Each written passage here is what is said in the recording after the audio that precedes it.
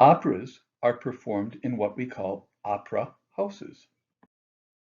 The oldest opera house in Europe was built in 1737 in Naples, Italy, and it is still in use today. Just 2 years after the United States became an independent country, in 1778, La Scala opened in Milan, Italy.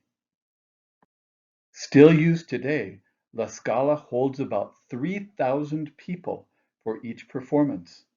It was bombed in World War II and rebuilt. The most famous opera house in France is the Paris Opera, which was built in 1875 for Napoleon.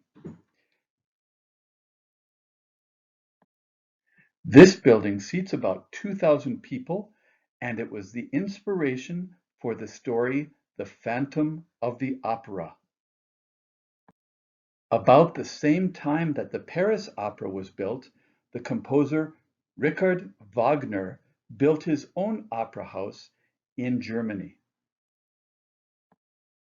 Since Wagner was a composer, he had very specific ideas about how he wanted the opera house to be built. One of the unique things that Wagner did was he built an orchestra pit so that the audience could not see the orchestra, but the orchestra could see the stage. Wagner liked to use very large orchestras and didn't want it to get in the way of the action on the stage. The Metropolitan Opera is the most famous opera company in the United States, and the building, the Opera House, was built around the same time as the Paris Opera House and Wagner's Opera House. The Met, as it is called, seats almost 4,000 people, about twice the size as most opera houses in Europe. The stage is so big at the Met that they can use real elephants in productions.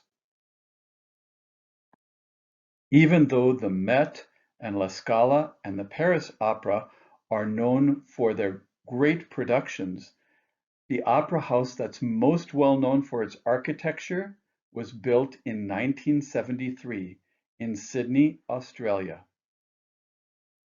You might know this opera house from its role in a movie.